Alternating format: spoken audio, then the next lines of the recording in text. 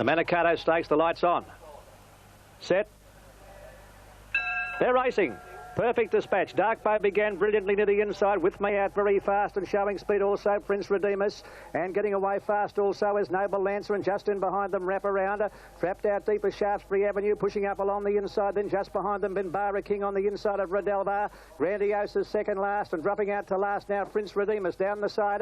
Street Ruffian's gone to the front by a length and a half. Noble Lancer on the inside of With Me. A length to Sonic Express. They're followed by Dark Bower. Redelva going 3 deep on the outside and moving forward, followed by Wrap Around. A length and a half away of Shaftesbury Avenue, followed by Binbara King on the outside of Prince Redeemus, and Grandiose is last of all. Up to the 500-metre mark, and Street Ruffian, the leader by a half length to With Me challenging. On the outside, Sonic Express, and just behind them, Redelva starting to run home very well. They're followed by Noble Lancer, Wrap Around, and a long way back of Shaftesbury Avenue as they make the home turn with Dark Bow, Prince Redeemus. Round the turn they come now, and Sonic Express has dashed to the lead. Sonic Express is the leader as they straighten up. Street Ruffian, Wrap Around down the outside into the whip, Redelva, and they're followed by With Me, and Shaftesbury Avenue not in the hunt. Halfway down the running, Sonic Express is travelling like a winner. 2 lengths in advance of Wrap Around, trying to get to it, but Sonic Express in front. It's too good, Sonic Express. Sonic Express will hang on and score by a length to Wrap Around. Street Ruffian third, then Redelva. Shaftesbury Avenue doing his best work at the finish has run fifth, followed by further back there Prince Redeemus, and Noble Lancer back behind them, Grandiose, followed next home by Binbara King, and the last couple have finished Dark Bow in company with Me. Yes, actually Jeff Chapman, as we get down to business now, believes that he could hold the key to the Spring Carnival in Dr. Grace. We mightn't be far wrong, Sandy, because Dr. Grace was most impressive yesterday in winning the Liston Stakes at Sandown. He did it the hard way. He took off at the 400 metres, and he showed a lot of guts too to hold off last year's winner, Citizen, last year's Caulfield Cup winner. A half length away, making ground, Citizen a length and a half, track and back, followed by Donegal Mist on the outside of Grooming. Going around that to trio 4 deep there is Rockets Galore, and 2 lengths away at the back of the field is Spring Thor. They're racing up towards the home turn. Sonic Express travelling well, a half length to Dr. Grace, the immediate challenger, as they straighten up. A length and a half further away is Prince Illyri. They're followed by Kessam. In behind them, Citizen starting to go forward, followed by Kirkside. They're in the stretch with about 300 to go. Sonic Express has kicked away about 2.5 lengths to Dr. Grace, and Citizen down the outside running on resolutely. Kessam back behind them, followed by Prince Illyri, who can't go on. Sonic Express is the leader. Here comes the Doctor on the outside, and Citizen is down the outside. Dr. Grace on the outside has taken the lead with 100 to go, but Citizen is flowing home. Dr. Grace just in front. Dr. Grace has won it. Dr. Grace has won from Citizen, close for third, Isle or Sonic Express. Yes, Dr. Grace now nudging $3 million in stakes. Citizen, the 2 best horses in the race, fought out the finish of the race. OK, let's go to Caulfield. There's a remarkable horse, Redelva. He's got a fantastic record. He's won 14 weight-for-age races. Tremendous finish here in the Memsey with Street Ruffian and some very good Melbourne Cup guides, dare I say, just behind the winners. Starting to gain ground rapidly as they come around the turn, followed by Mantelpieces looking for a run. Street Ruffian being tackled by Redelva, and the big chestnut looming up on the outside, going after Street Ruffian, 300 a run. They're clear from Super Fiesta. Here comes Mannerism putting in her claim. High Waters is further back. Nelligan's Flower, Weekend Delight from a long way back. Redelva, Street Ruffian fighting on gamely, and Mannerism is joining in. Redelva on the outside, Street Ruffian still in front. Street Ruffian, Redelva, they go to the line. Nearly a dead heat. Nearly a dead heat between Redelva and Street Ruffian, with Mannerism ahead away in third place in a thriller. Well, he got there, Redelva. What about these Melbourne Cup horses? I'm talking about Mannerism, Weekend Delight, and I guess from a Caulfield Cup point of view, Mantelpiece. Yes, 3 good runs. Mannerism will improve quickly. Keith, it was a good field. I mean, we had most of the stars of the spring. Shaftesbury Avenue was missing and superimposed, obviously, but he donkey licked them. He looks every bit a Cox Plate horse on that run. When you half mile, I said, well, they won't run the last 2 like this horse can at weight for age. You know, he probably can run his last 2 in 23. Well, they can't do it at set weights, you know. Greg, that's a good guide. Thank you for that. Let's have a look at the Craigly. This was... Can I just squeeze in a statement here, a prediction? Why not? That the Caulfield Cup winner, and it's almost 5 weeks away, chased home Durbridge in this race yesterday and finished second. OK, well, let's have a look, see what sort of a judge Keith is and what sort of a rider Greg Hall is as we go to the Craigly. Racing down towards the 850 now. Durbridge in front by a length and a half. Palace Guest is second, a length away on the inside to Prince Illyri. Close up behind them, Dr. Grace, and they were followed then by Purple Curse making ground. Shivers Revenge, Kessam, Citizen. A bit further back is Mahib. El Mahib, that is third last. He's over on the inside of Brashi. Taken to the outside, and Spring Thor is last of all as they make the home turn. They're homeward bound now in the Craigly. And Durbridge held together by a half length. The Palace Guest looming up on the outside and looking for a run behind them, Prince Illyri. Dr. Grace appears to be travelling well. He's now making making his claim down the outside. He's running on. Kessim is next to the head of the others in a long gap to Citizen, who's under the whipper. Down towards the 250-metre mark, and Durbridge is the leader. He's got clear. Prince Saleri running on well. Dr. Grace can't go on. He's beaten Kessim, Citizen down the outside, but Durbridge will bolt it in the Craigley. He's drawing well clear, and Durbridge back to his AJC Derby form, wins it well. Durbridge by 2 lengths to Prince Saleri. Citizen's got up to run third. Dr. Grace fourth. Prince Saleri. Cheese or a raisin. I nearly got caught. That scone was very nice. What about the boy on Dr. Grace? Yeah, he's looking around and surrendered the lead. Okay, Terse fired yesterday. It was a struggle. This is one of the really great contests in the last furlong of this race. Let's go to the Ascot Vale. They're racing. And Terse on the inside was one of the first to jump out with Law My Wandering Star coming out of the course proper now. Noble Lancer on the outside, Prince of Praise. Terse is over on the inside looking for a run deeper on the track. Canonise followed by Hula Grey, and further back Hula Warrior followed by Chief Headhunter, and back behind them over on the inside is Lady Purpose followed by Ready to Explode. Here's Terse getting a run on the inside coming to the 250. Noble Lancer's taken the lead. Terse is now under pressure. Noble Lancer is the leader. Terse is coming at it on the inside. Noble Lancer just in front. Terse almost level. Terse on the inside. Terse going home the better. Terse has just won it, a great run. Terse has won by a head to Noble Lancer. 3 lengths away third. Did he do it?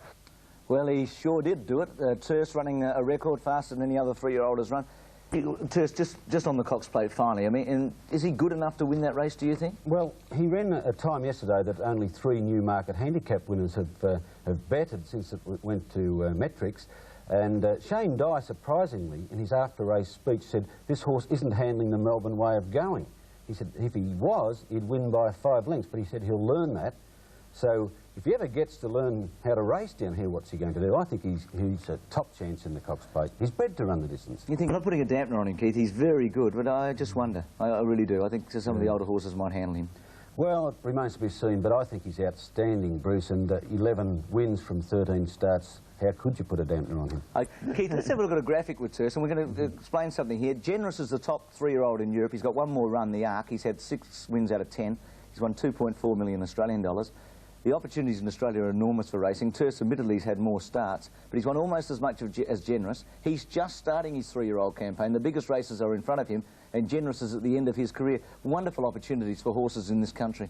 That's a great advertisement, those stats there, Bruce, for Australian racing. I don't think that we have to be in the shadow of English racing anymore. I think that we're now independent. In fact, we're probably leading English racing. They have some problems over there. OK, Show Day Cup. Did you back St Jude?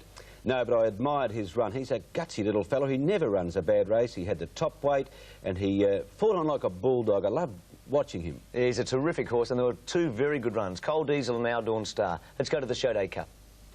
800 to go. Noble Lancer by a length. The Premier Copper. Storaya third. They're followed by St Jude over on the inside of Beaver called Impeteric. Mr. Till on the inside is improving his position. A length then to Mamselle Perdue. Blonjev behind them. Comrade. They're followed by Kirkside. A length to Wild Prince Orminium. Cold Diesel. Diamond Zephyr. Our Dawn Star. And Run Straight Runners last of all as they come up towards the home turn. With 450 to go. Noble Lancer held together by a length. The Premier Copper. A length and a half. St Jude east to the outside to get a crack at the leaders. Followed by Impeteric. Mr. Till. Comrade. Very wide aisle, followed by Mamselle Perdue. They're homeward bounder. Noble Lancer with a handy break, led by a length and a half. Here comes St Jude with a great run down the outside, and wider on the track as Comrade. Noble Lancer being tackled by St Jude, is running on resolutely. St Jude has taken the lead with 100 metres left to go, and he's got it well won, St Jude. He's a top galloper, and St Jude races home to a big victory. St Jude is first. Our Dawn Star Flying will get to second, and a nose away third, a big run, Cold Diesel. Well, historically, a great performance by St Jude. He carried 57. The previous highest weight to victory in that race was Raffendale and Cup Dantee. Both carried 55.5, so it's an outstanding performance. Melbourne Cup's for Shiva's Revenge, and he's now the favourite. Let's go to the Underwood Stakes. Terrific race. Many of the best weight for age performers in Australia here. Durbridge took up the front running, and that's where we picked them up. On the railway side, 900 metres out, and Durbridge being tackled for the lead by Dr. Grace. 2.5 lengths away, Prince Celluria. A half then to Shiver's Revenge. A length and a half to Citizen, nicely positioned on the inside of Mountain Ruler. Making ground next to Zel Maheb, followed by Weekend Delight, and back behind them is Lord Revenue. A length and a half, Spring Thor second last, and still last of all is Brashi. 600 metres left to go, and Durbridge being joined by Dr. Grace. And Dr. Grace has got his head in front of Durbridge on the home turn. A length away, Prince Celluria starting to run on. 2 lengths further back is Shiver's Revenge on the outside of Citizen. They're followed by Weekend Delight, but Dr. Grace has kicked away on the home turn. He's out full of running as they straighten up, and Dr. Grace 2 lengths to Durbridge. In third place, then Prince Saleri, Citizen down the outside, followed by Shivers Revenge. 200 metres left to go, and Dr. Grace is well clear. Citizen running on strongly, followed by Prince Saleri, but Dr. Grace 3 lengths to Citizen at the 100-metre mark. Prince Saleri back behind them. Dr. Grace in front. Citizen is flying home, but Dr. Grace has got it won. Dr. Grace a half length to Citizen. Shivers Revenge was a big run third, followed by Weekend Delight, Prince Saleri. Yes, they've already had some good duels this spring, Dr. Grace and Citizen. Shivers Revenge. Yes, I think that Dr. Grace really is a genuine Caulfield Melbourne Cup's hope now. Bruce, he was most impressive. The track suited front runners, and it made it difficult for Citizen, last year's Caulfield Cup winner, to pull ground off him in the straight, so don't take anything away from him. And Prince Saleri, my early Caulfield Cup tip, didn't let me down either. No, he was pretty good. What about Shivers Revenge in third placing and Weekend Delight in fourth placing? You've mentioned hard to make ground. I thought both those horses from the Cummings stable were pretty good, weren't they? Especially Shivers Revenge, not suited underweight for age conditions, and that was a great run for a handicapper. We'll look at the Underwood Stakes in recent years and just see what the winners of the Underwood have done for the remainder of the spring. And Keith, it's an imposing list. The Phantom, second in the Melbourne Cup. Almirad won the Cox Plate after the Underwood. Rubiton won the Cox Plate. Bone Crusher won the Cox Plate. Tristark won the Caulfield Cup. You look at that and you think, well, Dr. Grace, everything's rosy, isn't it? Yes, it is. In fact, it's a race that you must take notice of, and those stats show that. And also, it's a race with the third and fourth place getters that might give Bart another Melbourne Cup or he's won Caulfield Cup. Gee, let's go to the race, the George Main Stakes, and have a look at the win by Planet Ruler yesterday. And now they're starting to spread out as Stylish Century puts on the speed over the crossing at the 800 mark, and it's Stylish Century by about 3 to Stargazer, 2 to Big Dreams on the outside of Royal Creation, a bit more than 2 lengths away Bold Rancher, a neck to Quick Score, 2.5 to Flying Luskin, followed by Dual Treasures, a long gap to Gads Hill and Kinjate, and then Mobile Peter and Planet Ruler as they come to the turn where Stylish Century is well clear, led by more than 2 lengths on Stargazer. Big Dreams third, moving up, and then Royal Creation under pressure, followed by Quick Score, Bold Rancher, and Flying Luskin at the head of the others. Coming over the rise, here's Big Dreams going up to them quickly, and Big Dreams with the pull in the weights hit the front on top of the rise over Stargazer, who's running a bit of a race. Quick Score further out with Flying Luskin, and here comes Planet Ruler down the outside. It's many one of 5 or 6 can win. Planet Ruler on the extreme outside, and Quick Score, they've come away. Planet Ruler going best. Kinjate late on the scene, but Planet Ruler wins the George Main from either Quick Score or Kinjate. Keith, he's been a tremendous horse with these 2 Gadsden wins, and it must now be an Epsom chance, Planet Ruler. Yes, he has, Bruce, and he is. But I thought that... And it's a big field of 20, and there is the star of the show, Superimpose. You don't often hear a horse get a big ovation from the crowd before a race, but he got the warmest reception you could imagine as he led the field onto the track. Everybody would love to see him win, but everyone agrees he's got a mighty horse's job ahead of him with 61 kilos. Twiglet wants to lay back a touch. Gates open, off in the Northwest Airlines, Epsom, Stargazer, Somalia and Mobile Peter, all a little slow to move at the start. Majestic Boy flew out of the gates, hit the ground in front of Bassie's Pride, Don't Play, wide out. Livingstone Lane began quickly, and so did Flying Luskin, and right up there with them Stylish Century and Planet Ruler. Quick Scores in the leading bunch when they settle down, followed by Steineck, who's now losing ground, and then Rechabite, Twiglet, Bold Rancher, back past midfielders Brunch Time, followed by Deposition, Our Dawn Star, Somalia racing fiercely in the early part. A long way back Mobile Peter, followed by Royal Creation, and Superimpose, as he was last year, is Stone Motherless last around that first corner. A great charge for the lead now. It's Planet Ruler between horses going to a narrow lead over Don't Play and Livingstone Lane. Somalia's run off the track. He's gone right out off the course towards the 800 mark.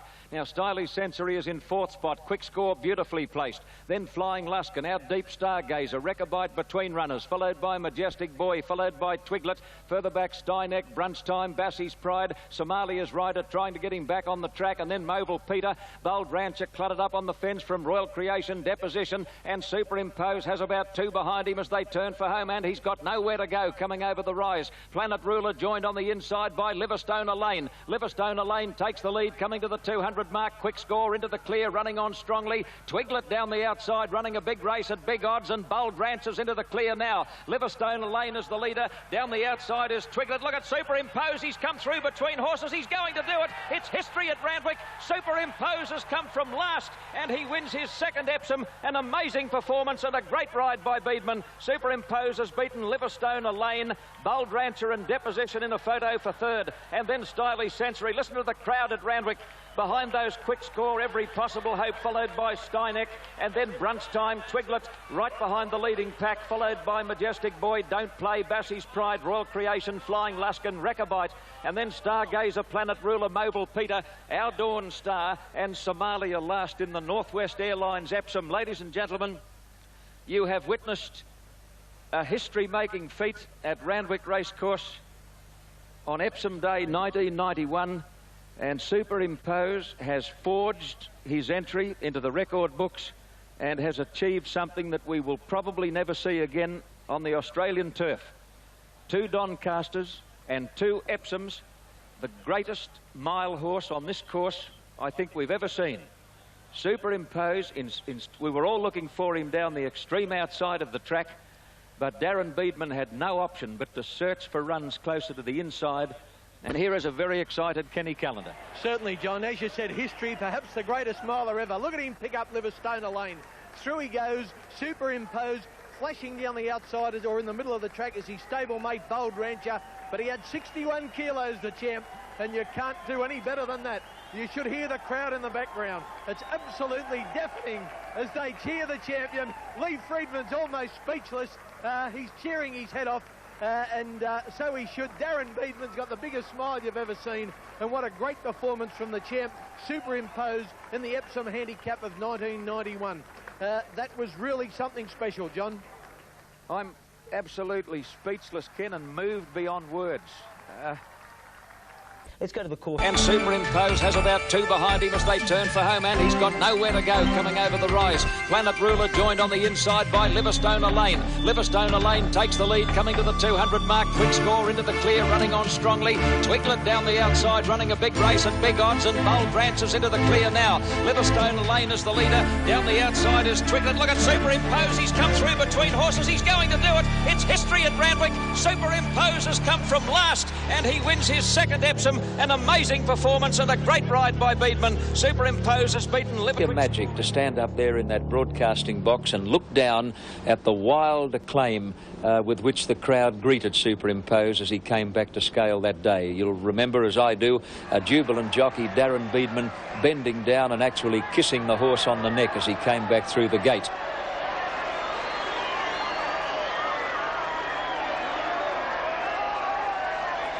I never came up for it. I was in Melbourne, and you know, I couldn't decide whether to come or not. And I thought if I came, I'd jinx him, and so I stayed down there and watched it at Flemington. And biggest memory I have is probably the roar he got at Flemington was probably as big as it was here.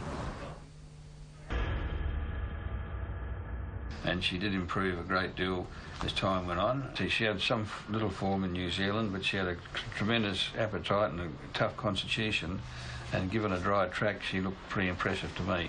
How far she'd go was anyone's guess. You can only not put them in and try them, and as I said, the conditions given on that spring were dry and it suited her very well. It was only going to take one more run before racegoers around the country would notice the Kiwi mare with the funny name. And what a run it was. She went into the Turnbull Stakes a place chance by virtue of the fact that Bart Cummings trained her. She emerged a different proposition. He's kicked away Durbridge. He led by more than 2 lengths. Ivory Way has gone. Letzelope's running on the outside very powerfully. 200 metres left to go. Durbridge in front with Letzelope challenging strongly. Letzelope bolted to the lead now from Durbridge, and then Prince Salieri and Rentino. But Letzelope's racing away from them. Prince Salieri runs to second, but Letzelope has scored by over 2 lengths. Suddenly people were realising... Guineas, Chortle winning at 15 to 1. Guineas that was probably slightly down on some of the old Caulfield Guineas we'd seen in the past, but over the last few years it has produced some shock results. Noble Lancer is the leader, led by a length to Beowulf, and Shortler's getting a lovely run on the inside, and Naturalism making ground from a long way back and feeling coming around them.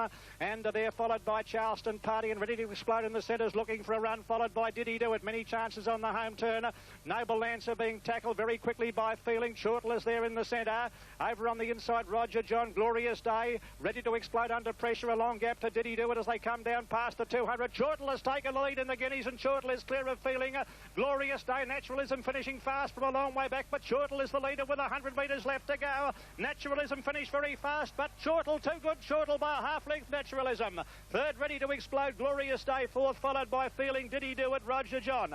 Well, the York-McLaughlin combination doing very well with St Jude, and also this horse, Chortle, and the Bold Rancher, because we'll go and have a look at the Toorak handicap now.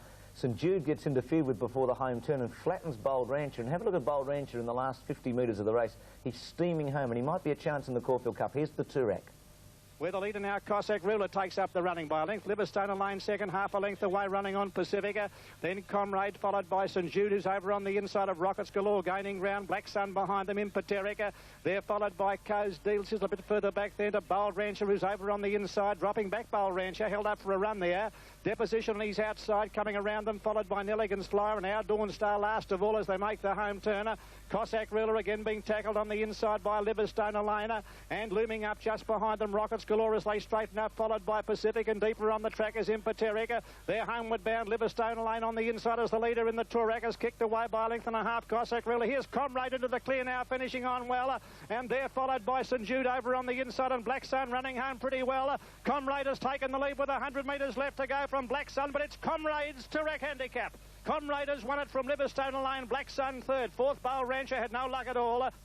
Yes, John Russell saying about Bold Rancher having no luck. Comrade, where does he go from here? He's a good horse, isn't he? He's a good horse, but he's going into the Cox Plate if he makes the cut-off, Bruce, and I think that race will test him. OK, Keith, there were 12 horses in the race with the Stylish Century in, and before he went out, and they'd won more than $18 million in prize money. Let's go to the Caulfield Stakes. Shaftesbury Avenue sitting on the pace. 900 metres left to go. Palace Guest by a length to Shaftesbury Avenue. Moving up just in behind them, Dr. Grace, followed by Shivers, Revenge, Citizen. A length and a half to Rough Habit is gaining ground rapidly along the inside, followed by Durbridge, Weekend Delight, Castletown, Superimpose improving. And Lee's Bet as they come up in the direction of the home turn. 600 to go, and Shaftesbury Avenue had moved up on the outside to take the lead from Dr. Grace. Palace Guest can't go on. Shivers, Revenge is fourth. Just behind them, Citizen, followed by Rough Habit, is held up for a run. Right around them, here comes Superimpose, gaining ground with every stride. He's followed by Durbridge and Weekend Delight as they straighten up in the Caulfield Stakes now, and it's Dr. Grace moving up on the outside to tackle Shaftesbury Avenue, clear of Citizen. Down the outside, flying home, Superimpose. Down past the 200-metre mark, Shaftesbury Avenue on the inside from Dr. Grace, Superimpose and Citizen. But it's Shaftesbury Avenue in front with 100 metres left to go. He'll be too good, Shaftesbury. Shaftesbury Avenue by 2 lengths to Superimpose second, Citizen third. Well, we've mentioned Darren Gouch. You've got to mention Bart Cummings. That's one of the outstanding training feats. Third up to, and first start at 2,000 metres, that horse. One of the very great weight for age races, the Caulfield Stakes. So you go a long, long way and spend a lot of years trying to find a better field and a better race. Yes, Bruce, Dr. Jeff Chapman, the Sydney trainer, said he had not seen a race with more depth in it in his experience as a trainer. That was before the race. After the race, he said there were 5 great horses in that race, and they ran 1 to 5. Well, I'm going to make a statement here. I reckon Shaftesbury Avenue is the best horse Bart Cummings has had since Galilee. His adaptability is remarkable. To think that he could win a Lightning Stakes and a Newmarket and lead a Newmarket field and now be favourite for a Cox Plate. Can you remember a horse winning the Newmarket and the Cox Plate in the 1 year? No, I can't, Bruce, but I'm not going to argue with you on this occasion. What about the Beaten Brigade? Rough Habit, champion on a wet track? A couple of days without eating, Bruce, after the inoculations for Japan. He'll do better. Castletown? Castletown was a nice run for a handicap. I still like him in the Melbourne Cup. Superimpose was terrific again. Absolutely courageous. Durbridge? Yes. Durbridge bled, and we won't see him again, sadly, this spring. OK, so he's Weekend Delight flopped. And the only one missing we should mention was Surface Paradise, who Dave O'Sullivan, with hindsight, made a mistake yesterday by running him in a $12,000 race on a bog track at Ellerslie. Surface Paradise ran the worst race of his career. He finished 10th, and that was his final lead up to the Cox Plate. So he's going to have to be something super, isn't he? Good. He's going to struggle now. So we really did see, I think, the Cox Plate field there. OK, Richfield Lady winning the 1,000 guineas. I'm not going to be mandraking to say that she's now favourite for the Oaks. Let's have a look at this on Wednesday. She gets through in the centre to win. On the turn and again, he's 450 metres to go. Tyrannic joined and headed by Royal Accord and Ride the Rapids, and now Bold Promises off round the outside to tackle the leaders. Rue Quinners just behind them, and then Angel's Wings. Electric next near the inside, they're homeward bound, and Tyrannic again fought back to be the leader from Rue Quinn, and Bold Promise balanced up is coming on strongly again, and High Precious coming with a belated run. Bold Promise and Rue Quinn in front of Electric and High Precious. It's Rue Quinn in front, Richfield Lady diving up on the inside. Rue Quinn, Richfield Lady, here's the post. Very close this. Rue Quinn and Richfield Lady, who took a big dive at it right on the post. In third placing, Electric. Caulfield Cup. Let's Elope with only 48.5 kilos gave Bart Cummings his 6th Caulfield Cup and 21-year-old jockey Stephen King his first. But 2 eye-catching runs from a Melbourne Cup viewpoint from Lord Revenue 4th and Castletown 5th. Dr. Grace was the best backed in the race, firming from 6s to 9-2 favourite. Let's Elope and Prince Salieri ran second favourites. Royal Creation best backed of the long shots, 25s into 16-1. At the start, watch barrier 4. Lord Revenue blew the start completely. Rearing Lord Revenue. Down in 4, he's missed the start hopelessly, Lord Revenue. Dr. Grace began quickly with Magnolia Hall, Royal Creation. Bold Rancher away fast, and so too Ivory Way down on the inside. Castletown and Just Answer getting back in the field. Let's Elope looking for a position in the middle of the field as they thunder to the post the first time now. Ivory Way the inside, Bold Rancher and Dr. Grace taking them on 3 wide.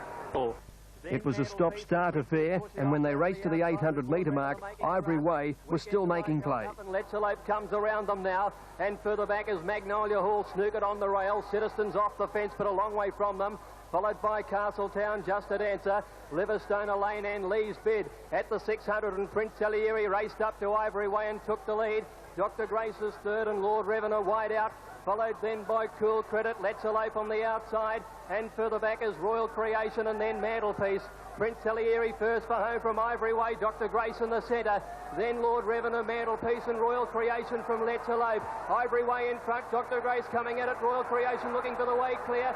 And wider out is Lord Revenue, Prince Salieri, but Ivory Way still in front of Royal Creation. Let's Elope down the outside. Royal Creation and Ivory Way from Let's Elope. It's Royal Creation, Ivory Way and Let's Elope. They hit the line photo. Let's Elope on the outside, perhaps, from Ivory Way and Royal Creation in a 3-way. Melbourne's most... They lined up at the Heath. Let's Elope was a clear Caulfield Cup favourite. Prince Salieri first for home from Ivory Way, Dr. Grace in the centre. Then Lord Revenue, Mantelpiece and Royal Creation from Let's Elope. Ivory Way in front, Dr. Grace coming at it, Royal Creation looking for the way clear. And wider out is Lord Revenue, Prince Salieri, but Ivory Way still in front of Royal Creation. Let's Elope down the outside, Royal Creation and Ivory Way from Let's Elope. It's Royal Creation, Ivory Way and Let's Elope. They hit the line photo. Let's Elope on the outside, perhaps. The Turnbull win was a... Melbourne's most improved jockey, Stephen King, rode a brilliant race with a lightweight of 48.5 kilos. King knew before most... Still a good weight, and the only thing is, Keith, you're looking through the records, Gurners Lane's the only horse to have won a Caulfield Melbourne Cup in the last 25 years. Mares don't have a good record in the race.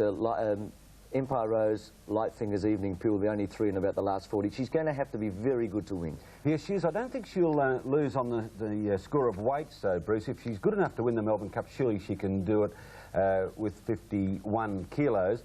It will be only her 13th start in the race.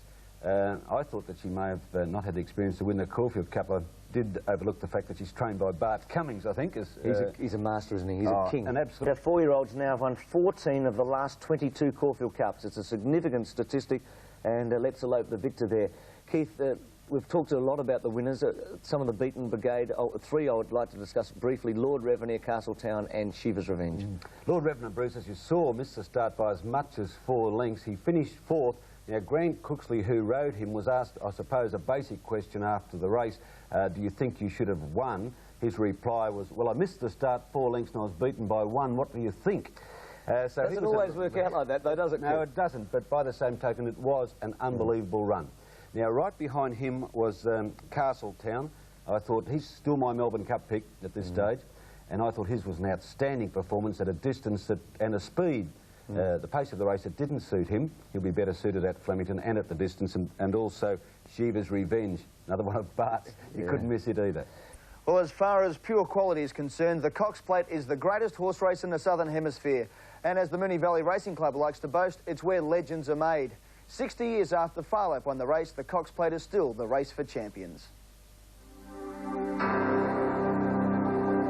The Cox Plate immortalises the triumphant. The list of winners is a trip down memory lane. Ordinary horses just don't win this blue ribbon event. The champion Dulcify streeted them in 1979. Dulcify brilliantly wins the Cox Plate by 6 lengths. Kingston Town dominated the Cox Plate for 3 years in the early 80s. The 1986 race was described as one of the best ever. Bone Crusher and Waverley Star, the Bone Crusher! Last year, Better Loosen Up was immortalised in history with his dynamic performance. Better Loosen Up's going to win the Cox Plate for Michael Clark, and Better Loosen Up's got up and won a half a length. As you've seen, the WS Cox Plate is a race for great horses, and I think this horse is going to fit the category perfectly. His name is Shaftesbury Avenue, and he's my selection in tomorrow's Weight for Age Championship. The things to watch in the Cox Plate. Shaftesbury Avenue on the first turn, he almost falls. The pressure the jockeys put on him from the 800 on, did they go too early? Jockeys, Citizen, and particularly Rough Habit and Superimpose even, were exposed, and this wonderful ride by Lance O'Sullivan, he just sits and sits and sits. Let's go to the Cox Plate. They're off. Great start too in the Cox Plate, and down on the inside, Stylish Century, the first to jump out from Kinjatone, ready to explode. And towards the outside, Shortle is going very fast out there, as so is Shaftesbury Avenue, coming down towards the judges' box, and deeper on the track is Stargazer. Past the judges' box, a lap to go, and Shortle goes to the front by length in advance of Stylish Century. There followed by Kinjatone, that was crowding there. Royal Creation interfered with, and Shaftesbury Avenue got a slight check, and the field starts to string out down the side at the 1600. Shortle about 3 lengths to Stylish Century, a length and a half to Kinjatone on the inside of Stargazer. 4 lengths further back is Shaftesbury Avenue, a length into Rough Habit, moving up on the outside, and they were being closely followed then by Royal Creation, ready to explode. A length further back is Prince Illyria. He's over on the outside there, and he was followed by Dr. Grace. A length to Citizen, followed by Surface Paradise, who's third last. Superimpose is second last, and Lord Revenue last of all, about 20 lengths off the lead. Around the back, just over 1,000 to go, and the leader Chortle, 2.5 lengths to Stylish Century, 2 lengths away Stargazer. Kinjataeus fourth, in behind them Shaftesbury Avenue, a length and a half to Rough Habit, 2 lengths to Royal Creation on the outside of Ready to Explode, a length to Citizen, being followed by Prince Illyria. Dr. Grace in behind them. Citizen is dropping back a little bit on the outside, and Superimpose is starting to go around them next, a length and a half to Surface Paradise, second last, and Lord Revenue last of all. Down the school side, 650 to go, and Stylish Century has taken the lead. Here come the challengers. Shaftesbury Avenue taking off on the outside and winding his run, and so is Stargazer. Rough Habit moving up just behind them. Citizen into the picture with a good run. Ready to Explode is back behind them, and they're followed by Dr. Grace up towards the home turn. Rough Habit has dashed to the front now on the Cox Plate, rounding the turn. Rough Habit the leader, Citizen in hot pursuit. They're followed by Shaftesbury Avenue under pressure. Superimpose is finishing on well. Surface Paradise on the outside as they straighten up. Rough Habit headed by Citizen. 200 metres left to go. Citizen hit the front. Here comes Superimpose down the outside with a rattling run, and Surface Paradise is deeper on the track. Surface Paradise is swamping them. The New Zealander, Surface Paradise drawing clear. Surface Paradise has won. Superimpose second, Citizen third, Ready to Explode close up. Prince Illyria, Royal Creation. They're followed by Dr. Grace, Rough Habit. Superimpose is 15 lengths off the lead with Dr. Grace. Further back, Surface Paradise and 2 to Lord Revenue. They race to the 700-metre mark. Stylish Century in front. The challengers are coming now. Shaftesbury Avenue, Rough Habit coming with a sweeping run around the outside. Then Citizen, Stargazer, Superimpose 4 or 5 lengths off them from Kinjatae. Rough Habit's burst to the front now on the outside with Citizen the danger, and Superimpose is coming into the race now. Shaftesbury Avenue is behind them, struggling and Ready to Explode, getting out with Surface Paradise. Citizen has raced up, but here comes Superimpose down the outside of the 200-metre mark, and further out Surface Paradise. Superimpose, Surface Paradise going home better. Surface Paradise is going to win the Cox Plate. Surface Paradise has won it. He's won 3/4 in the run home to Superimpose. I think Citizen ran third from Prince Illyria. It was definitely disappointing because we thought he could win that year, and when he hit the front, I could see that Surface Paradise was going to beat him at least a furlong out, because as I remember it, coming into the corner, Lance O'Sullivan attempted to run on the inside and got pushed back out. And had he got into that run, I think we would have won the race. But anyway, as he came back out, he ended up straight on our heels and followed us. And they were too strong on the day. And it was a funny feeling. I was disappointed I won, but I was very happy they won, because they've been to the race 3 times and run second. And, you know, we've always had a very friendly relationship with the O'Sullivan. So it was nice in that respect, but I mean, they got all the money and the Cox Plate. Darren Gouchy said the first turn cost him a Cox Plate. I just started to sort of come in the final position. I was quite happy. There's plenty of room for me to get in the horse off the fence. As I was steadying the horse, just didn't make the turn. It is a bit shifty on top of the track, and he slipped and almost fell. So bad luck for Shaftesbury Avenue. Surfers Paradise with Lance O'Sullivan up actually rode in the race with broken bones in his left wrist. A great Melbourne Cup trial from Superimpose, according to Darren Beedman. Well, Keith, there were a lot of rumours around the course yesterday. I mean, you pulled my coat and told me that maybe Shaftesbury Avenue wasn't the good thing we thought he was. What did you think of his performance? Well, Darren Gouchy, who rode him, said the near fall, and that's exactly what it was, going out of the straight the first time, cost him any chance. It may have cost him a win. But I thought that Shaftesbury skidded and slipped on the track all the way. He was never happy, really, and I thought he was fairly disappointing. And both him and the one I selected, Rough Habit from New Zealand, were very disappointing, and I know a film crew from Channel 12 in Tokyo left Moonee Valley very dismally last night. Yes, after the Cox Plate was packed full of speed. It was the A.J. Moyer Stakes. Joanne was the short price favourite. It was a brilliant finish. 400 metres to go. With Me in front, she's flying. Led by a length to Gallipoli Prince. Joanne needs to get out. Then Hula Grey Paklani under pressure. Well back here, Matina Redelva wide and then wrap around. But With Me gave them the slip on the corner and she's shot away. Going for back-to-back Moyers. With Me 3 in front. Can Joanne peg her back? She's into the clear. With Me 100 to go, a length and a half in front. Joanne is rattling home on the outside. With Me hanging on. Joanne is lunging and just missed. With Me a nose, Joanne, 4 away, wrap around. And it certainly was a nose too. There were 2 developed prints after that photo, but With Me got the money. Yesterday, the Moonee Valley Cup, which last year was a terrific guide to the Melbourne Cup because the horse that won the Moonee Valley Cup won the Melbourne Cup, was run. An improved performance by the imported Al Mahib. Let's have a look at the race and see if we can spot maybe a chance or two in the Melbourne Cup. We pick it up with a lap to go. Ueldo is the leader up past the 800, about a length to moving away. Maharaja starting to run on, 2 lengths away. Ecliptic Flying Luskin. The Hippogriff still there on the inside, followed by El Mahib and Sir Vendor commencing a mover. And right around the outside, Grooming is running on pretty well, followed by Rashik, and Nayrizi is under the whip as they race up with 500 metres left to go. Moving away takes the lead, tackled by Maharaja. And Ecliptic on the outside behind them. The Hippogriff putting himself in the picture. Flying Luskin at the head of the others, followed by Grooming, and then Rashik as they make the home turn. Moving away, tackled by Maharaja. On the outside, the Hippogriff is joining in. So is El Mahib, the import, with a big run as they straighten up. 200 to go. Moving away, being tackled by El Mahib down the outside. The Hippogriff and Nayrizi finishing very well. El Mahib takes the lead with 100 to go. Rashik is down the outside. The Hippogriff. El Mahib is the leader close to home. El Mahib just in front. El Mahib from the Hippogriff and tight for third. Maybe Rashik just ahead of Nayrizi. And he survived a couple of protests there, El Mahib. Any idea of whether he'd be re-handicapped, Keith? I doubt it. Last year's winner was impressive. He does have 56.5 and his form hasn't warranted that weight in the lead-up races until yesterday, which was, I might add, a massive form reversal on his failure when favoured in a small field in Adelaide. Yeah, Labour Day Cup, I think he ran 9 to 4 and ran 4th in a field of about 7. But these horses, Savage Toss was the same last year. They take a while to strike it to the imported horses, but when they do, they can put it together.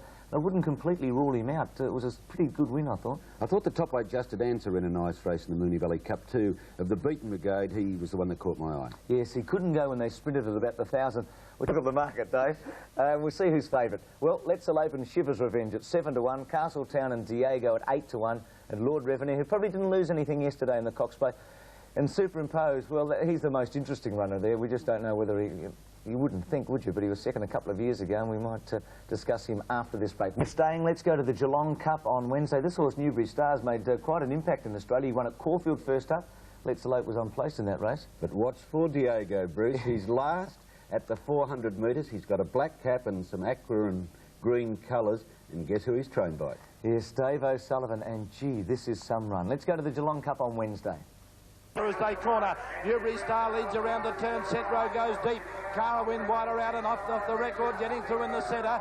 Then Moods Flying Luskin, followed by Rural Prince Imperial Salute at the 200, and still Newbury Star in front. Carwin and off the record, clear of Rural Prince, and then Diego from a mile back. Newbury Star the leader.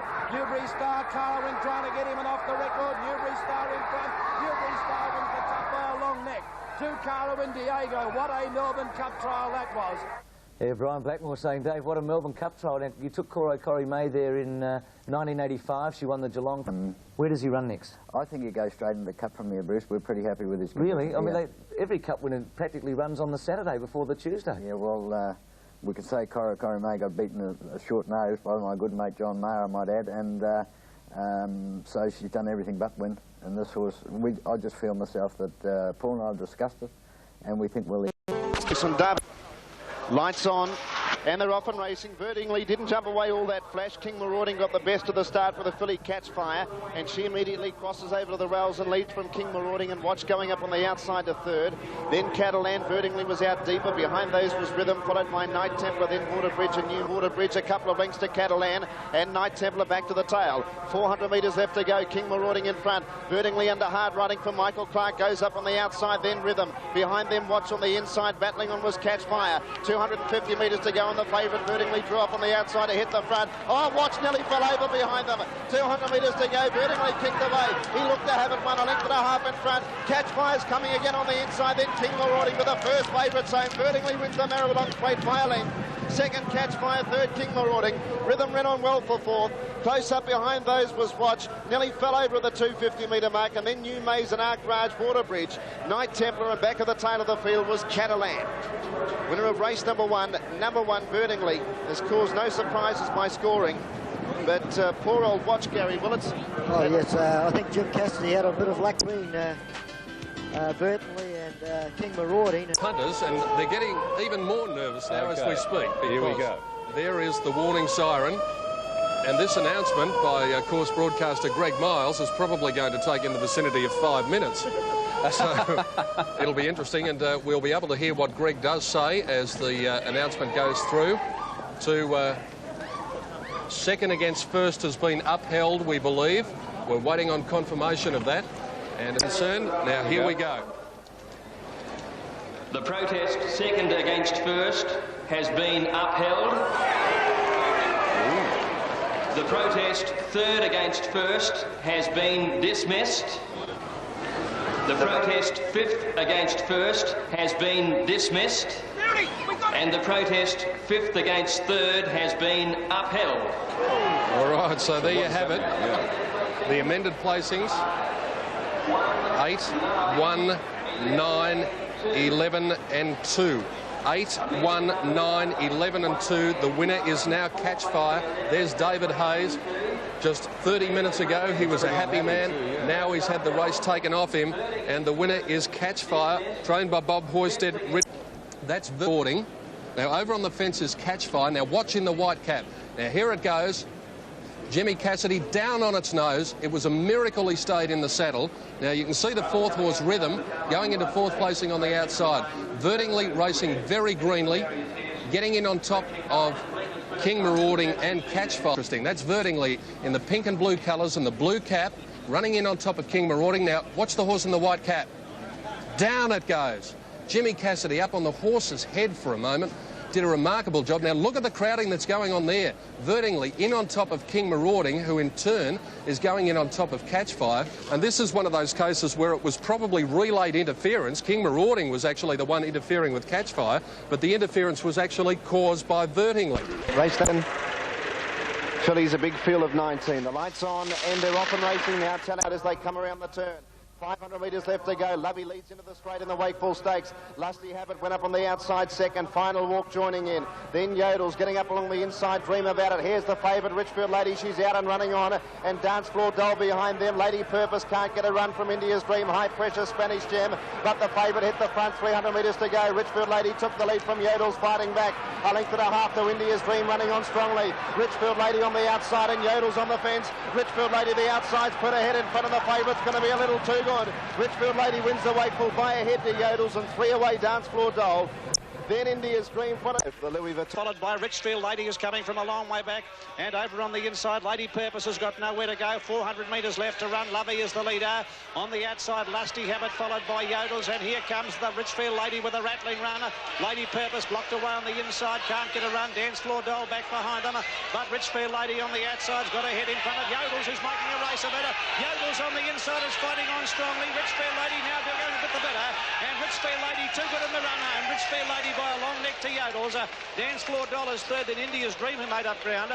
Fillies are very reliable at this time of the year. She's won the Edward Manifold, the 1,000 Guineas, the Wakeful. She really should win on Thursday. Yes, I think so, Bruce. Someone made the comment after the race that she had been trained for 2,000 metres. That will improve her for the 2,500 metres of the race. Bart's got that timing down to a knack, hasn't he? It's one of the... Okay, the breaks. 2,000 metres, the light is on. Gates fly back and they're off and racing. A little bit slow to begin was El Meheb and the stablemate Ivory Way, and Castletown back to the rear early. Surface Paradise landed in front of Majestic Boy. Stylish Sentry was wider out, then Mantelpiece. Prince Salieri pushing through with Ideal Centreman and Bold Rancher, followed by Salil Rouge midfield. Back behind them was Let's Elope going around at Ivory Way. El Meheb third last, a length away Superimpose, and Castletown at the rear. Castletown at the rear of the field. They have 1,000 metres left to go. Stylish Sentry led by a length to Majestic Boy. Third was Prince Salieri, a length away Surface Paradise, and then Ideal Centreman. Ivory Way's over on the inside next. Around them was Bold Rancher and Salil Rouge. Mantelpiece midfield, a length and a half to El Meheb on the inside of Let's Elope. 2 lengths to Superimpose, and last of all was Castletown. 12 lengths would cover up the field as they run inside the 700 metres mark, and Stylish Sentry in front by 3/4 of a length to Majestic Boy. A length and a half away Prince Salieri, fourth Surface Paradise, and then Salil Rouge. Behind them was Ivory Way, Ideal Centreman, Mantelpiece next, and then Let's Elope, El Meheb, and now Superimpose taken to the outside from Castletown. 500 metres left to go on the McKinnon Stakes, and the leader Stylish Sentry. Looming up ominously on the outside though was Surface Paradise, and then Majestic Boy, and now down the outside Superimpose and Let's Elope. 300 metres to go, Surface Paradise in front. Here's Let's Elope and Superimpose. Let's Elope hit the front, 150 metres to go. Superimpose is trying to run it down, but the Caulfield couple in front, 100 out. Let's Elope in front, Superimpose can't get her, and here's the Melbourne Cup favourite. Let's Elope wins easily. 2 lengths to Superimpose and Prince Salieri. Castletown, what a cup trial it was. Flashed home for fourth. Then Ivory Way, close-up Mantelpiece, Stylish Sentry. Surface Paradise disappointing, and then Bold Ranch and Majestic Boy. Ideal Centreman, Salil Rouge, and El Meheb was back at the rear. Superimposer, and they run down to the 400 metre mark, and Stylish Sentry being tackled by Surface Paradise, who's cleared it up quickly on the outside. In third place, Majestic Boy. Let's Elope finishing on, and here comes Superimpose with a great run. Coming down to the 250 now, and Let's Elope. Let's Elope hit the front, tackled by Superimpose the outside. In behind them then is the Surface Paradise, who can't go on, but it's Let's Elope. Let's Elope drawing through in the final stage, and she's too good. Let's Elope won by a length and a half. Superimpose second. Third is Prince Salieri. Fourth home Castletown was a big run, then Ivory Way and the Surface Paradise. Superimpose, Stylish Sentry, and the Cox Plate winner Surface Paradise were among a class weight for age field. Brilliantly, and at the 200 metre mark, she's dashed to the front. Superimpose coming out after him. Surface can't go on. Let's Elope in front of Superimpose, and Let's Elope will win it by a length and a half to Superimpose second. Only the They've run 2 minutes 1.8, and the winner is number 14, Let's Elope, and I think without much doubt at all, the outright favourite for Tuesday's Foster's Melbourne Cup. For a winner... Sensational race. Let's Elope, Superimpose, watch Ivory Way and Castletown. They were splendid runs, but this mare, she is something special. How fast were they going at the end, Let's Elope and Super?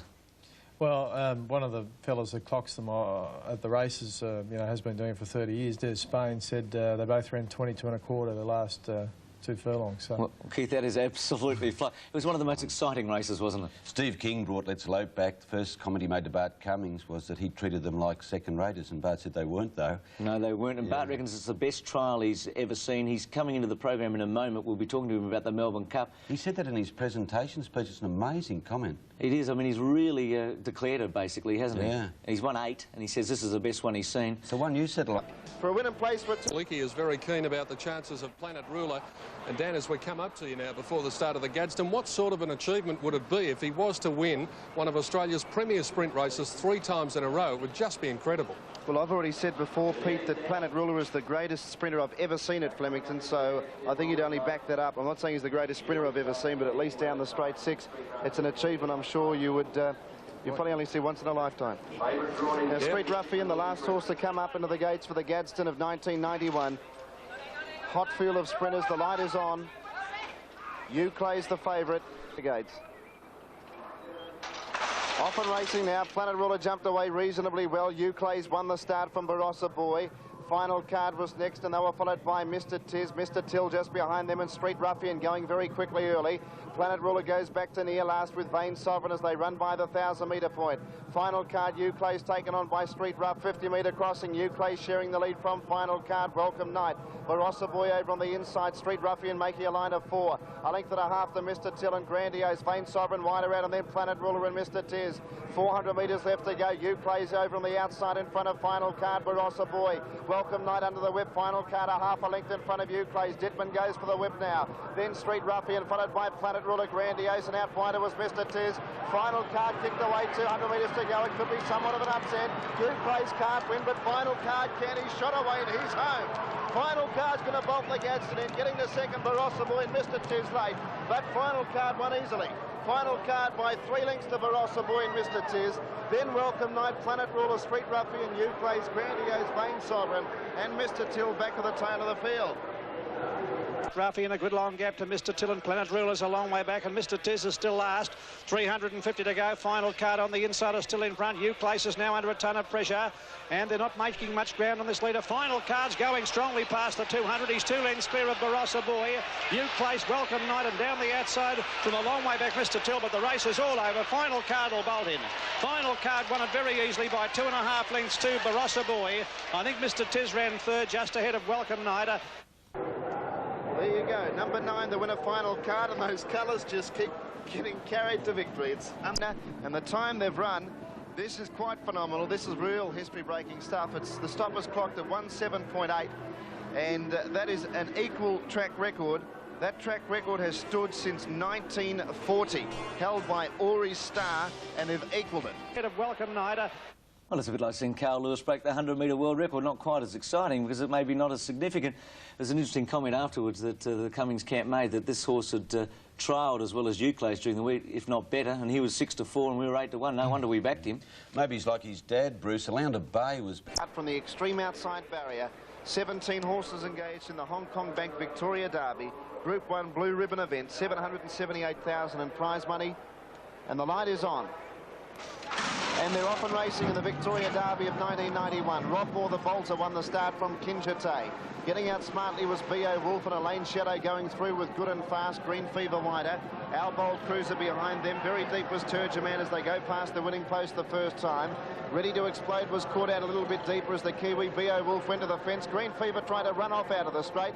Took Turgeman a little bit wider than he wanted to go, and Ready to Explode was slightly interfered with for about 15 to 20 lengths off the lead. Along the back they go, 1,000 metres to travel, and B.O. Wolf in front of the Derby. B.O. Wolf leads by 3 lengths to Green Fever, a length and a half away, Good and Fast in third placing. They were followed by Time to Go, sneaking up a little bit closer from Our Bold Cruiser, Turgeman. Around them 3 wide was Tresoro. Ready to Explode's over on the fence, and then Mango's Lunch, followed by a lane shadow. Kinjate well back with Naturalism, still 8 lengths off the lead, and they were followed by Star of the Realm, Mac Robert, My Armageddon, Natchez towards the tail, and Rob Moore under the whip. 600 metres left to travel. B.O. Wolf in front by 2 lengths to Green Fever. Around the outside, Mango's Lunch is starting to run on from Time to Go. Then Turgeman, Our Bold Cruiser, Ready to Explode, Star of the Realm behind horses, and then Good and Fast and Kinjate. 400 metres to travel, and the leader is B.O. Wolf, a length and a half in front. Getting out and running on now was Kinjate. Ready to Explode down the outside, and here comes Star of the Realm. 300 metres to travel, B.O. Wolf in front. The 2 stablemates Ready to Explode and Star of the Realm move up to claim him, and then Kinjate. Star of the Realm's taken the lead, 200 metres to go in the Derby. Ready to Explode can't match him. Flashing home was Naturalism late, but Star of the Realm's going to win the Derby. Star of the Realm draws clear and wins 2 lengths. Naturalism very unlucky second, third Ready to Explode. Then Kinjate followed in by B.O. Wolf and Mac Robert. Well back, Time to Go, a lane shadow, Mango's Lunch, Green Fever, Good and Fast and Natchez. Then Our Bold Cruiser, Tresoro, Rob Moore, Turgeman and My Armageddon back at the tail. And Fast, Time to Go on the outside, and right over on the outside Mango's Lunch, followed by Naturalism, and they got to check the pair of them, Star of the Realm and Naturalism, who got badly cut off. The leader is B.O. Wolf now, Ready to Explode into the clear, and Star of the Realm down the outside, and then Time to Go and a long gap to Naturalism. Star of the Realm on the outside has hit the front in the Derby. Star of the Realm clear of Ready to Explode, and Naturalism is flying home, but Star of the Realm the leader. Naturalism on the inside, finishing very fast, but Star of the Realm has won it from Naturalism. I think there'll be a protest.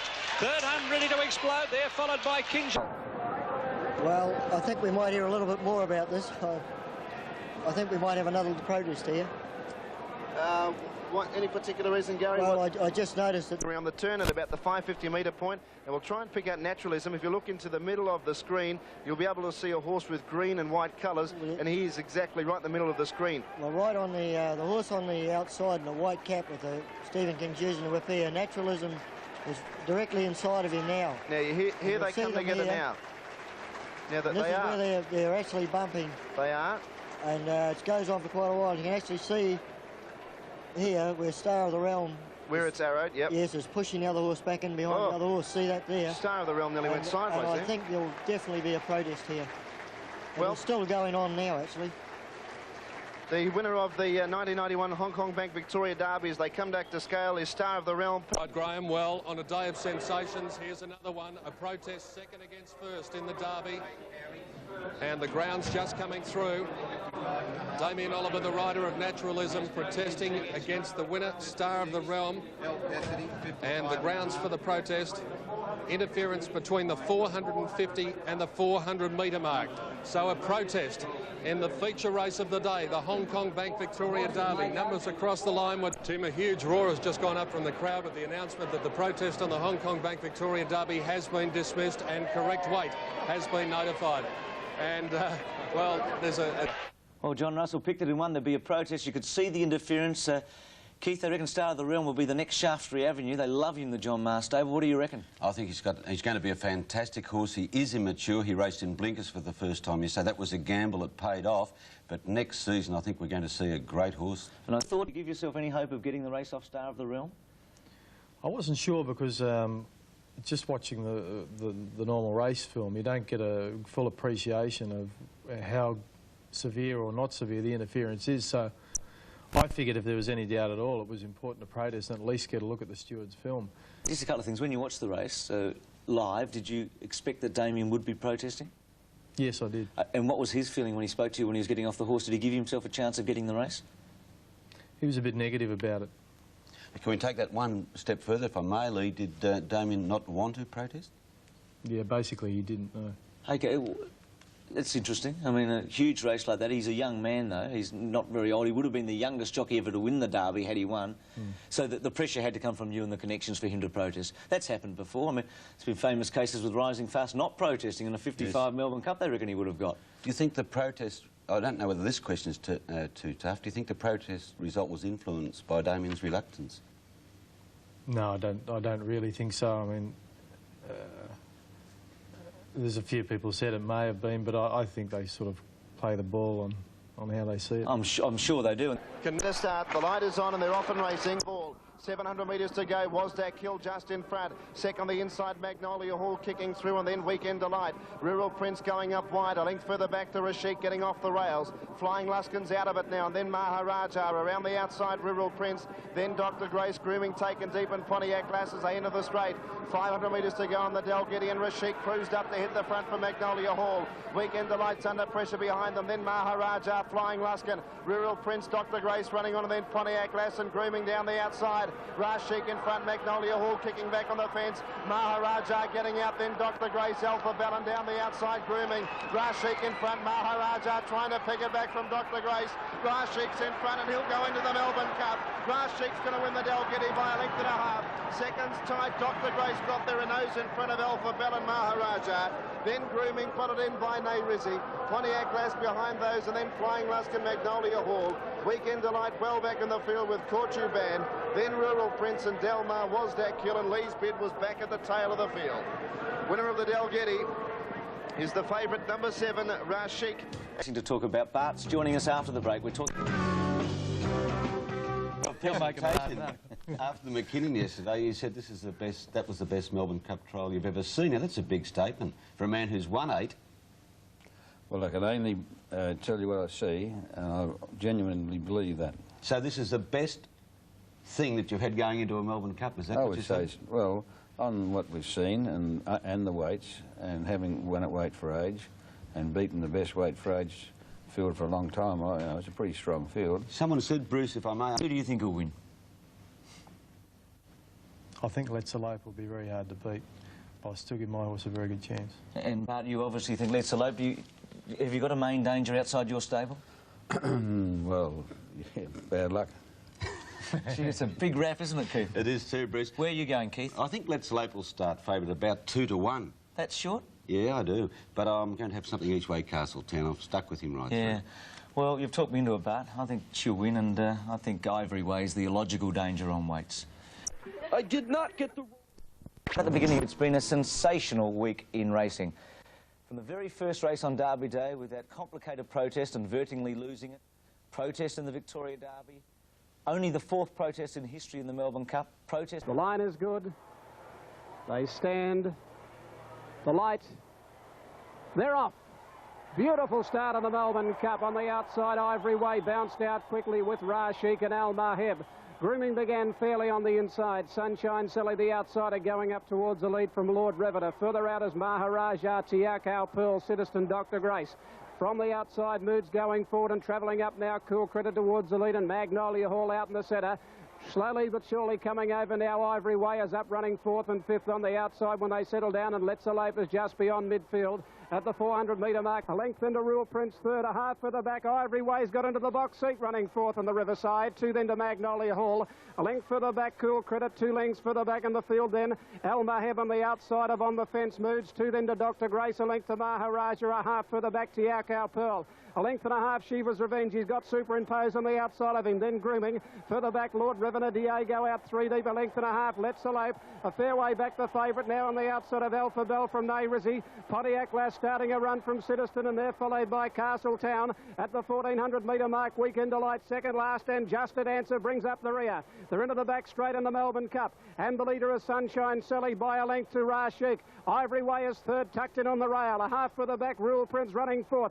A length and a half to Cool Credit running 5th. They're followed by Magnolia, who's 1 wide and 6, 2 lengths into Moods. A length for the back is El Maheb. A couple of lengths for the back, Dr. Grace. Maharaja at the 1,000-metre mark on the fence. A length for the back, Diego. Tiakau Pearl, followed by Shiva's Revenge. Superimposed further back from Grooming, followed by Pontiac Lass. Castletown coming around the outside. Let's Lope is about 15 lengths from the lead with Lord Rivener. Then further back was Alpha Bell, followed by Pontiac Lass, Nayrizzy, Justed Answer second last. And Citizen is last of all in the Melbourne Cup with 700 to go. Nearing the home turn, they race in the Melbourne Cup. And over on the inside now, Ivory Way have got a glorious run up on the inside to hit the front from Rashik when they turn for home. El Maheb further out, and here's the mighty mare now. Let's Lope sweeping on them on the outside and superimposed from the pack with a great run. At the 300-metre mark, Let's Lope has raced up now to Ivory Way. And El Maheb and Magnolia Hall superimposed. But the favourite has raced away in the Melbourne Cup. It's Let's Lope. This great mare has raced away from Ivory Way, superimposed, and then Magnolia Hall and Shiva's Revenge. But Let's Lope has won the Melbourne Cup. Let's Lope by 2 lengths. Maybe Shiva's Revenge second, just in front of Magnolia Hall and superimposed. Yes, what a race, what a run, and then the drama to follow. Prevented Let's Lope from starting an unbackable favourite. Castletown, and here comes Let's Lope on the outside. Shiva's Revenge is bullocking his way through the back and then Moods. 400 metres left to go. Ivory Way in front, being joined by the stablemates Rashik and El Maheb. Down the outside, Let's Lope here superimposed, followed by Castletown, Shiva's Revenge. Let's Lope hit the front of the cup, 300 metres to run. Ivory Way battling back, then superimposing Shiva's Revenge late, but Let's Lope is burst away, and the Foster's Melbourne Cup belongs to the mare. Let's Lope bolts the cup in, wins by 3 lengths, and it's a Cummings Quinella. Shiva's Revenge got second, place up on the inside, Magnolia Hall and superimposed. Yes, what a race, what a run, and then the drama to follow when Shane Dye said to Bart, I'm going to protest, and in he went. He got onto the scales and said to the Chief Steward, should I? It is the Melbourne Cup, and Pat Lawler said, well, it's your decision, and he did, yeah. Well, it was a great run by Shiva's Revenge, back from 15s to 9s. I think most of that was doubles, bookmakers backing the horse back. I mean, that also, from a Cummings point of view, was a fair training performance to get that horse up. Well, with the setback, missing the Saturday run, Bruce, and his, as our news footage showed on Cup Eve, his foot was so bruised, and to run second was a fantastic performance. Did you feel... I suppose 9th Melbourne Cup win, Bruce, and a 5th Quinella, magic. I don't think many people realise that we won't see this again. I mean, no one will win 9 Melbourne Cups except Bart or Quinella at 5 times. It's unique. Yeah. He probably is the greatest trainer. I mean, Colin Hayes and Tommy Smith, it's hard to separate them, but in many ways I think you must say that Bart is the man for the moment anyway. He can get a horse so right on the day. Yes, he's a master trainer of stayers. Darren... Yes. Did you realise what was going on behind you? No, I was surprised. When I pulled up after the race, I thought, geez, it was a nice run cup, it was a nice speed, there was no interference where I was. Well, there was a little bit of interference, as we're about to show you. The stewards have allowed us to show the head-on film. There is an appeal pending, so obviously we're not allowed to make any comment about how we see that might happen, Keith, but we can point the horses out. There's the normal vision. Now, we'll show a head-on here, and we'll arrow Let's Elope, and Keith, there's Let's Elope with a white cap. Castletown inside of her, and you'll notice Dr. Grace just behind, and Kevin Moses almost falling.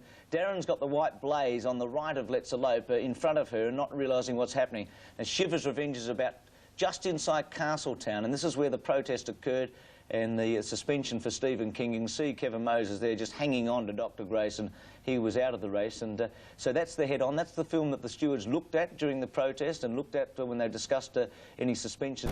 Meg, any extra. Second place up on the inside, Magnolia Hall. There's no doubt he should have won Shiver's Revenge. Like I said, I was bolting at the 500 metres looking to get out, and I got out. She came up and around and pushed me back in. And Stephen King got a couple of months for it, I think. And the amount of ground I took off her the last furlong was incredible. And he really hit the line, and Bart didn't want me to protest when I hopped off. And of course I wanted to, and I wasn't going to, and I was. And, you know, I've got 30 seconds to make my mind up by the time I popped off the horse to hop on the scars. Hopped off the scars, and I said, no, I'll protest. And I still believe he should have got the protest.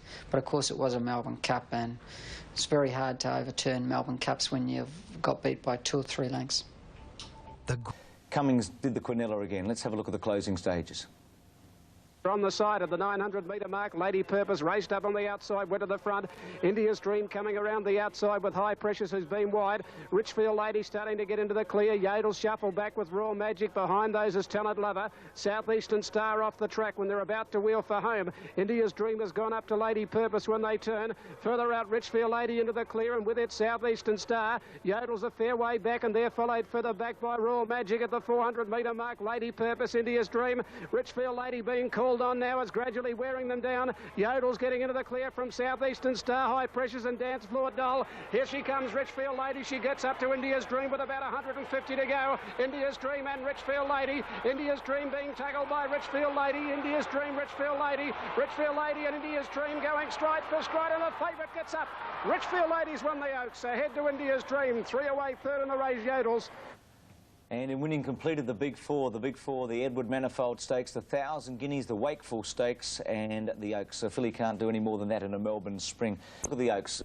The Bart Show rolled on as we have a look at Bart's performances during the Spring Carnival. Quite outstanding. I mean, it's been remarkable that he's been able to win so much. Let's Elope with her 4 wins, over $2.3 million.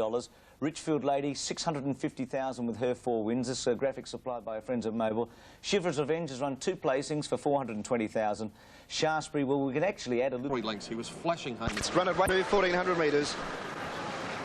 Noble Answer a bit edgy in barrier number 1. Can go pretty quickly early, though.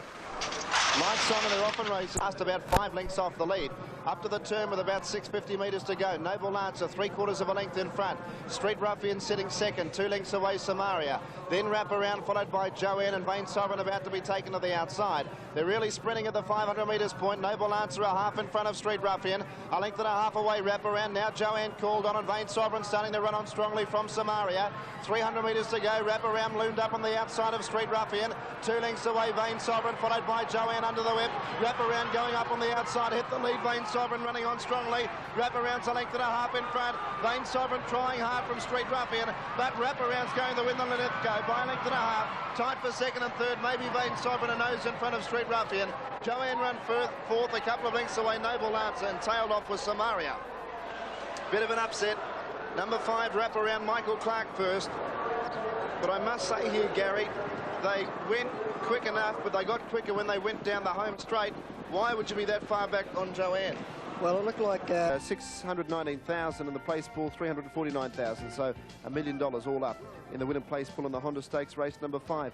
There's Princess pushing the screen, Welcome Night behind it. Welcome Night fell in this race last year at about the 800-metre point, trying to run off at the crossing, Gary Willits, and toppled over. That's right, I remember that, and time where it's little on the ground. It was been raining a little bit before that race.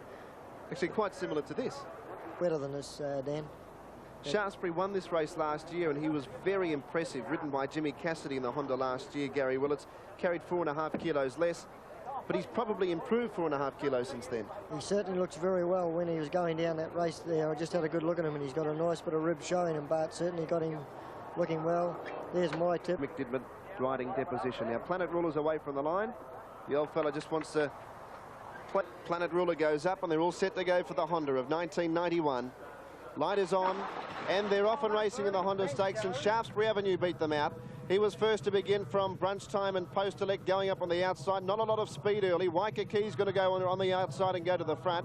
Then Post Elect out a little bit wider, and Welcome Night was going forward as well. Oh, there's one down back in the field. One of them's come down. I think it's Black Sun that's lost the rider back in the field. Princess Pushy got badly interfered with, and so too did Centro and Planet Ruler. So there's one out Leary about 2 lengths away, Deposition and Chevelle Cavalier. Then Planet Ruler 2 lengths away, Centro, and 3 lengths away, Princess Pushy. So a sensation in the Honda Stakes, and Black Sun fell over and tipped the rider out of the saddle 200 metres after the start. And the New Zealand mare Waikiki leads at the 650 metre point, about a half a length in front of Welcome Night. Prince Alieri's over on the fence behind the leaders. Then that riderless horse, Black Sun. Wider out was running on strongly, Shaftesbury Avenue.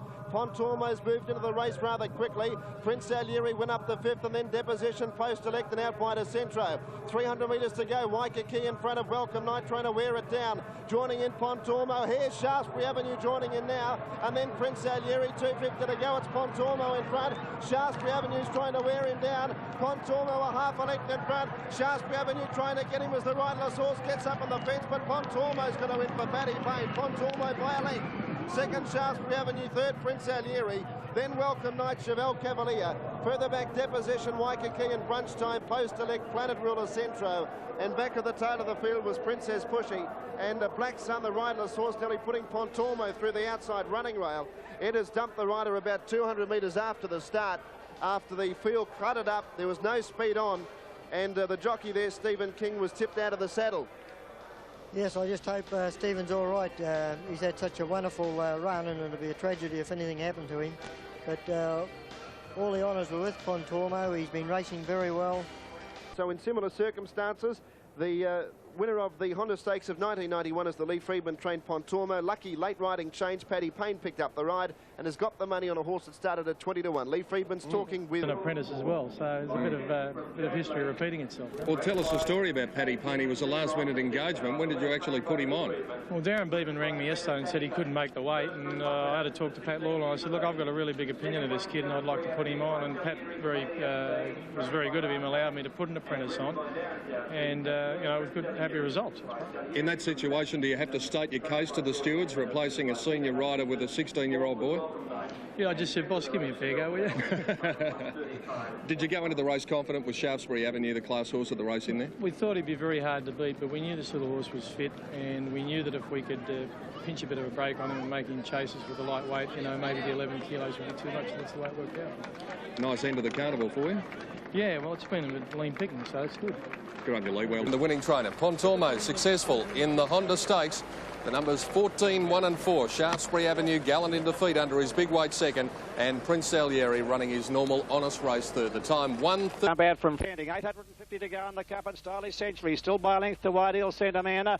Over on the fence then is Rashik, followed by Frontier Boy. Next is Big Colony. Mantelpiece taking closer order. Princess Pushy on the inside of Appleton Golder, and a bit further back then around them goes Our Men of War, Cool Credit, and they're packing up. And notwithstanding, as they come up towards the home turn, 500 to run. Stylish Century, the leader, about to be tackled by Ideal Centre, and Rashik has broken down. Rashik has broken down badly at the top of the straight there, homeward bound. 300 to go. Stylish Century shackled by Ideal Centre. Mantelpiece the outside, running on very well, and over on the inside is Big Colony, is coming home strongly. Princess Pushy finishing well. Big Colony, Mantelpiece, Stylish Century. Big Colony on the inside, Stylish Century and Mantelpiece. Big Colony on the inside as the leader. Big Colony and Stylish Century, they hit the line. Big Colony, I think, from Stylish Century with Mantelpiece third.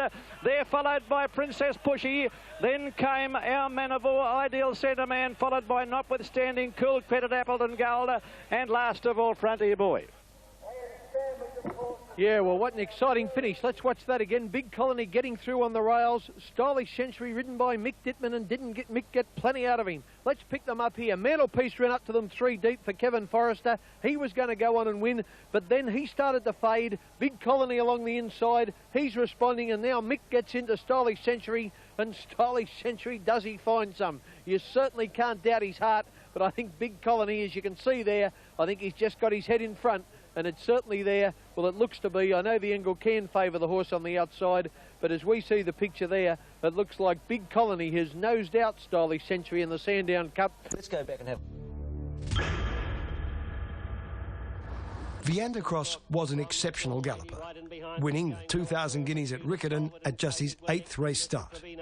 Then, in his first test against the older gallopers, he again collected Group 1 glory. His run at the moment, it's Captain Cook in front, Solbert, Lador, Lady Rua, Raccoona, My Only Vice, Nelson, Valentine, and here comes Viander Cross. What a run. He's got to the front, Viander Cross from Captain Cook, running on My Only Vice, and he's Overwhelmed coming into it. It's all over. Viander Cross from Overwhelmed, and Viander Cross streets them. Second home Overwhelmed. By the time Viander Cross came to us, it's Captain Cook in front, Solbert, Lador, Lady Rua, Raccoona, My Only Vice, Nelson, Valentine, and here comes Viander Cross. What a run. He's got to the front, Viander Cross from Captain Cook, running on My Only Vice, and he's Overwhelmed coming into it. It's all over. Viander Cross from Overwhelmed, and Viander Cross streets them. Second home Overwhelmed. by the time Viander Cross came to Australia for the Sydney